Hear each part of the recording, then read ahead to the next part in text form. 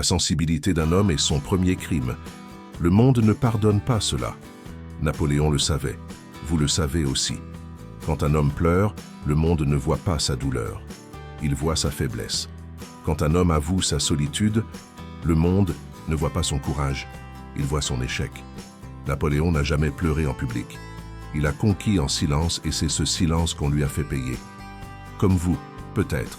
Avez-vous déjà ressenti cette sensation étrange, celle d'être puni non pas pour vos erreurs, mais pour votre authenticité, pour avoir osé ressentir plus profondément que ce que le monde permet à un homme? La société célèbre l'homme qui domine, mais méprise celui qui ressent.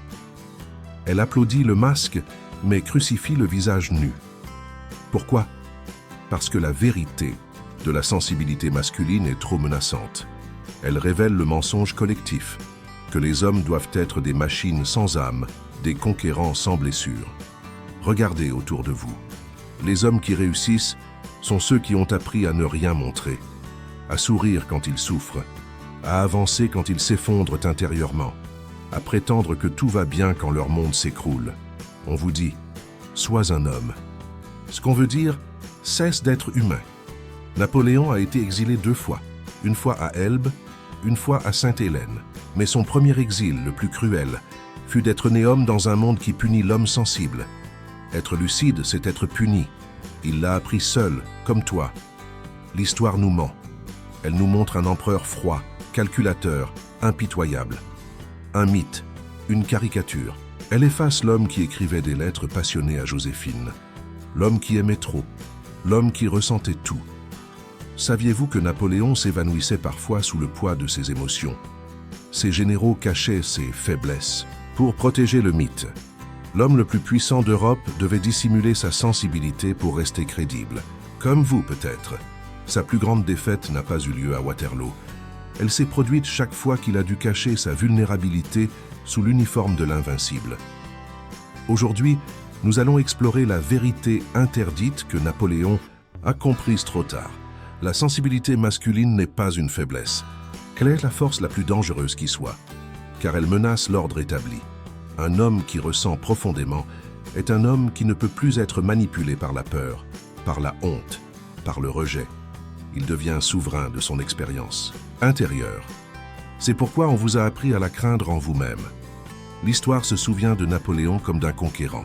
Moi, je vois un homme qui cherchait désespérément à être vu. En 1807, au sommet de sa gloire, Napoléon écrit à Joséphine « Je suis triste quand je ne reçois pas de nouvelles de toi ». La puissance militaire la plus formidable d'Europe, réduite à attendre des lettres comme un adolescent. L'homme qui faisait trembler des rois attendait, le cœur battant, des mots d'amour. Mais Joséphine le trahit. Elle avait des amants. Pour l'empereur, la douleur fut immense, mais il ne pouvait la montrer. Un empereur ne pleure pas. Un empereur ne supplie pas. Un empereur ne montre pas qu'il souffre, alors il l'a caché. Comme vous le faites peut-être. Lys, historien, raconta que lorsqu'il découvrit la trahison de Joséphine, il s'enferma seul pendant 2 jours. Quand il réapparut, son visage était de marbre, impassible, parfait. Le masque était en place, la blessure enterrée vivante. Combien d'hommes aujourd'hui portent ce même masque? Combien sourient alors qu'ils s'écroulent à l'intérieur? Combien disent « tout va bien » alors que leur monde s'effondre? Savez-vous ce que Napoléon gardait toujours sur lui, même pendant les batailles? Un médaillon contenant des violettes séchées, cueillies sur la tombe de Joséphine. L'homme qui contrôlait l'Europe portait secrètement le symbole de sa vulnérabilité. Dans son journal intime, retrouvé des années après sa mort, Napoléon écrivait « La solitude ne me pèse pas. C'est l'incompréhension qui m'écrase. » L'homme le plus célèbre de son époque se sentait profondément incompris. Comme tant d'hommes aujourd'hui, il ne suffisait pas de conquérir. Il fallait encore être aimé pour mériter sa propre existence. Le monde connaît Austerlitz, Iéna, Wagram, des victoires éclatantes. Mais qui connaît les nuits où l'empereur fixait le plafond, rongé par la solitude d'être incompris? Qui sait combien de fois il a dû ravaler ses larmes pour maintenir le mythe de l'invincible? Ses proches rapportent qu'après des batailles, particulièrement sanglantes, Napoléon s'isolait, non pour planifier sa prochaine conquête comme le prétend l'histoire officielle, mais pour absorber le poids des vies perdues. pour ressentir ce qu'un empereur n'a pas le droit de ressentir, le regret, la culpabilité, la douleur. À Sainte-Hélène, dans ses dernières années, Napoléon confie au comte de Las Cases « J'ai connu la gloire et je n'ai pas connu le bonheur ». L'aveu le plus déchirant du plus grand conquérant de l'histoire moderne. La vérité, Napoléon n'a jamais conquis pour dominer. Il a conquis pour ne plus jamais se sentir petit, rejeté, insignifiant. Comme le petit Corse qu'on moquait à l'école, militaire pour son accent. Chaque bataille gagnée était une tentative désespérée de dire au monde « Je mérite d'exister ». Le plus tragique, plus il remportait de victoires, plus il s'éloignait de ce qu'il cherchait vraiment. Être aimé simplement pour qui il était, pas pour ce qu'il accomplissait. Les femmes qui l'ont entouré, Joséphine, Marie Walewska, Marie-Louise, l'ont-elles vraiment vu? Ou n'ont-elles vu que l'empereur, le pouvoir, la gloire? Joséphine l'a trahi. Marie-Louise l'a abandonné après sa chute. Seule Marie Walewska l'aimait peut-être pour lui-même. Mais l'histoire l'a réduite à une simple maîtresse, comme si l'amour véritable était impossible pour un homme comme lui. Quand Napoléon se regardait dans le miroir, que voyait-il? L'homme derrière le mythe, ou juste un autre masque? La grande ironie de sa vie. Plus il devenait puissant, plus il devenait prisonnier de sa propre légende. Plus il était adulé, moins il était compris. Dans ses mémoires dictées à Sainte-Hélène, Napoléon révèle « J'ai joué tant de rôles que je ne sais plus qui je suis réellement ». L'homme qui a créé une identité si forte que le monde entier la reconnaît 2 siècles plus tard, ne savait plus qui il était. Après son divorce avec Joséphine, incapable de lui donner un héritier, Napoléon écrit dans son journal intime « J'ai conquis l'Europe, mais je n'ai pas su conquérir le cœur d'une femme. Vous qui m'écoutez maintenant, combien de batailles avez-vous gagnées tout en perdant la guerre intérieure? Combien de fois avez-vous réussi aux yeux du monde tout en vous sentant profondément seul? » Le paradoxe de Napoléon est le vôtre. Plus un homme réussit selon les critères du monde, plus il risque de s'éloigner de sa vérité intérieure. Plus il porte de médailles sur sa poitrine, plus il étouffe la voix de son cœur.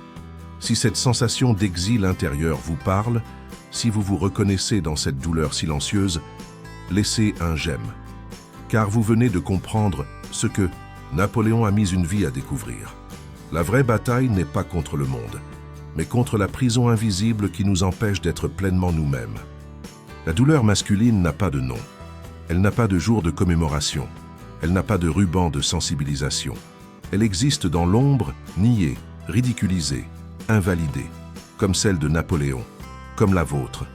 Aujourd'hui, 2 siècles après Napoléon, qu'a-t-on dit à l'homme moderne? Sois fort, mais pas trop, car ta force est toxique. Sois vulnérable, mais pas trop, car ta vulnérabilité est pathétique. Sois ambitieux, mais pas trop, car ton ambition est dangereuse. Sois sensible, mais pas trop, car ta sensibilité est suspecte. Vous êtes pris dans la même contradiction que Napoléon. Être assez fort pour protéger, mais pas assez pour effrayer.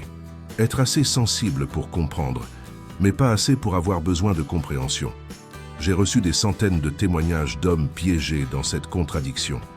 Écoutez celui-ci. J'ai 34 ans. Quand ma femme m'a quitté, j'ai pleuré pendant 3 jours. Mes amis m'ont dit de me ressaisir. Ma mère m'a dit que j'étais trop émotif. Mon père m'a dit que je n'étais pas un exemple pour mes fils. J'ai compris que ma douleur dérangeait tout le monde. Alors je l'ai cachée, comme on m'a appris à le faire toute ma vie. Un homme m'a écrit récemment « J'ai pleuré à l'enterrement de mon père. Ma femme m'a dit plus tard qu'elle m'avait trouvé dérangeant. J'ai compris que même dans mon deuil, je devais performer. Toujours performer. » Un autre m'écrit « Je suis médecin. Je sauve des vies tous les jours. Mais quand je rentre chez moi et que je m'effondre sous la pression, on me dit que je suis dramatique. Comme si avoir sauvé 10 vies ne me donnait pas le droit d'être humain. » Napoléon a performé jusqu'à sa mort. Même sur son lit d'agonie, il planifiait des batailles imaginaires. Il ne pouvait pas s'arrêter. Le monde ne lui permettait pas d'être simplement un homme souffrant. Vous reconnaissez-vous dans ceci? Cette sensation d'être jugé non sur qui vous êtes, mais sur ce que vous produisez? Cette impression que votre valeur dépend de votre utilité? Cette peur que si vous arrêtez de performer, vous cesserez d'exister aux yeux des autres? La société dit aux hommes « Vos émotions n'ont pas de valeur », puis elle s'étonne qu'ils cessent de les exprimer.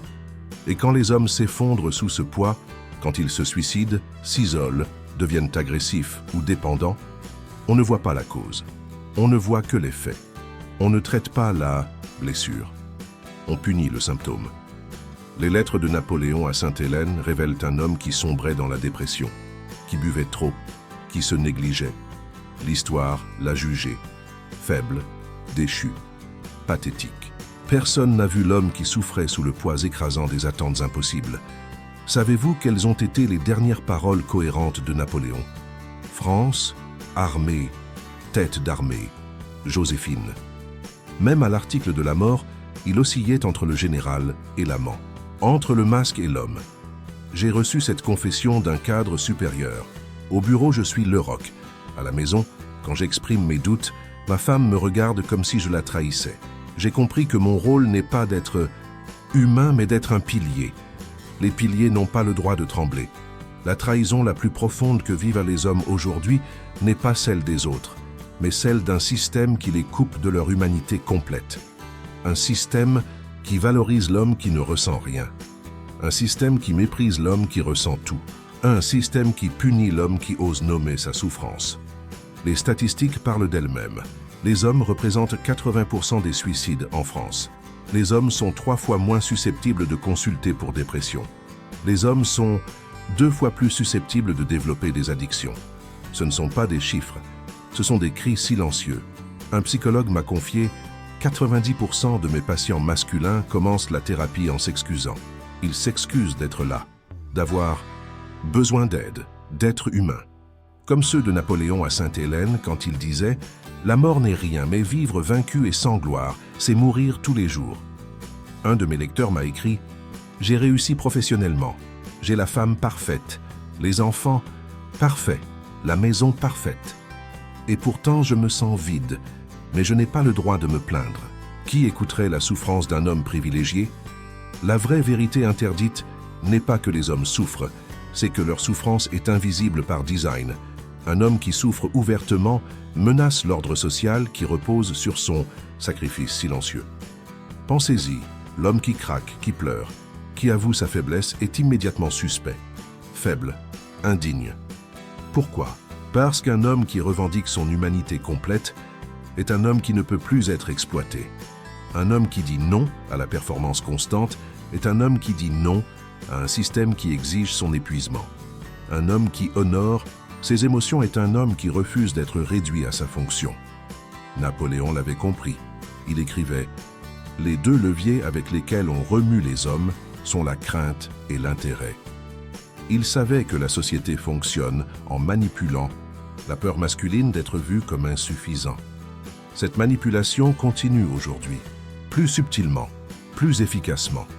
Le monde moderne dit à l'homme « Tes émotions sont toxiques », puis s'étonne qu'ils deviennent toxiques.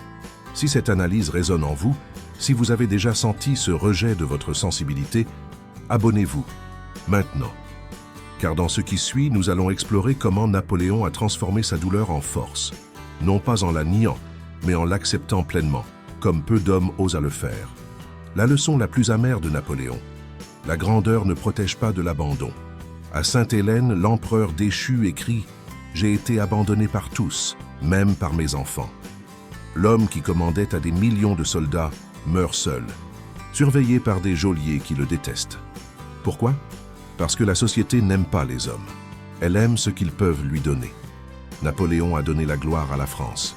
La France l'a célébré. Napoléon a perdu. La France l'a abandonné. Voilà la vérité que personne n'ose dire aux hommes sensibles. Le monde vous applaudira tant que vous serez utile. Il vous oubliera dès que vous cesserez de l'être. Le monde ne pardonne pas à celui qui refuse de porter un masque. Regardez autour de vous. Les hommes qui réussissent aujourd'hui sont ceux qui ont appris à monnayer leur authenticité, à transformer leur sensibilité en produit, à vendre leur douleur sous forme de performance. L'influenceur qui parle de masculinité vulnérable tout en monétisant cette vulnérabilité.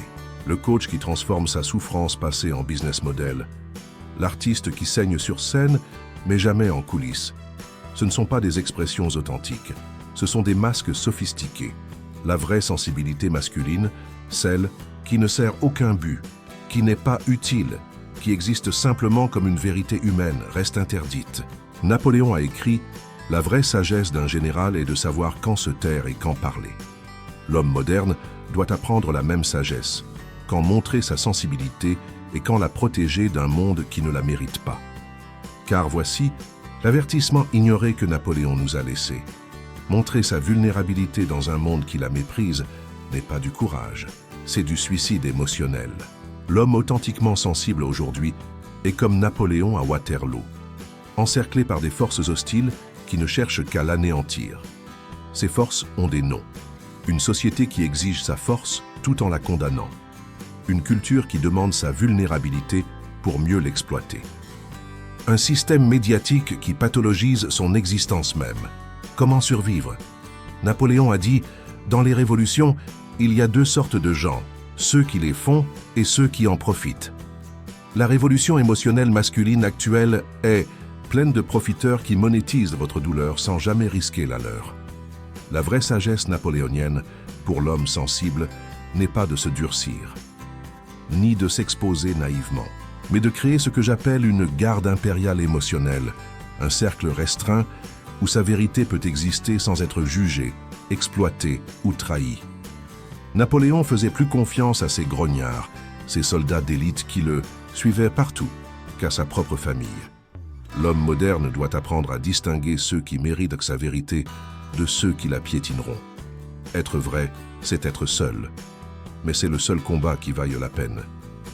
La grandeur n'est pas mesurée par le nombre de batailles gagnées, mais par la fidélité à sa propre vérité intérieure, même quand le monde entier exige qu'on la trahisse. C'est la leçon finale de Napoléon. Il a conquis l'Europe, mais a perdu son âme en essayant de correspondre à ce que le monde attendait de lui. Ne faites pas la même erreur. Le véritable héroïsme masculin n'est pas de conquérir des nations, mais de rester fidèle à sa sensibilité dans un monde qui la méprise. Si vous avez déjà ressenti le poids écrasant d'être trop profond pour un monde superficiel, trop sensible pour une époque brutale, trop authentique pour une société de masques, commentez votre expérience ci-dessous. Car la véritable révolution masculine ne se fera pas sur les champs de bataille, mais dans ses confessions partagées. Si la vérité de Napoléon vous a touché au plus profond, si vous avez reconnu votre propre douleur masculine dans son histoire, ne restez pas silencieux comme lui l'a été jusqu'à sa mort. Laissez un j'aime pour que cette vérité atteigne d'autres hommes qui souffrent en silence, persuadés d'être les seuls à ressentir ce vide. Abonnez-vous pour explorer ensemble la profondeur de l'esprit masculin au-delà des clichés. Activez la cloche pour ne manquer aucune révélation sur ces vérités que l'histoire a tenté d'effacer. Commentez votre propre expérience d'abandon ou de trahison ci-dessous. Quelle bataille intérieure menez-vous que personne ne voit? Votre témoignage pourrait être le phare qui guide un autre homme perdu dans sa nuit. Partagez cette vidéo avec un homme dont vous soupçonnez la souffrance silencieuse. Parfois, un simple partage peut dire « Je te vois, tu n'es pas seul ». Napoléon est mort sans jamais révéler sa vraie vulnérabilité. Ne faites pas la même erreur. Votre sensibilité n'est pas une faiblesse, c'est votre plus grande force dans un monde qui a oublié ce que signifie être pleinement humain. Rendez-vous dans notre prochaine vidéo, où nous explorerons comment transformer cette sensibilité en une force imparable, comme Napoléon aurait pu le faire s'il avait compris plus tôt cette vérité interdite.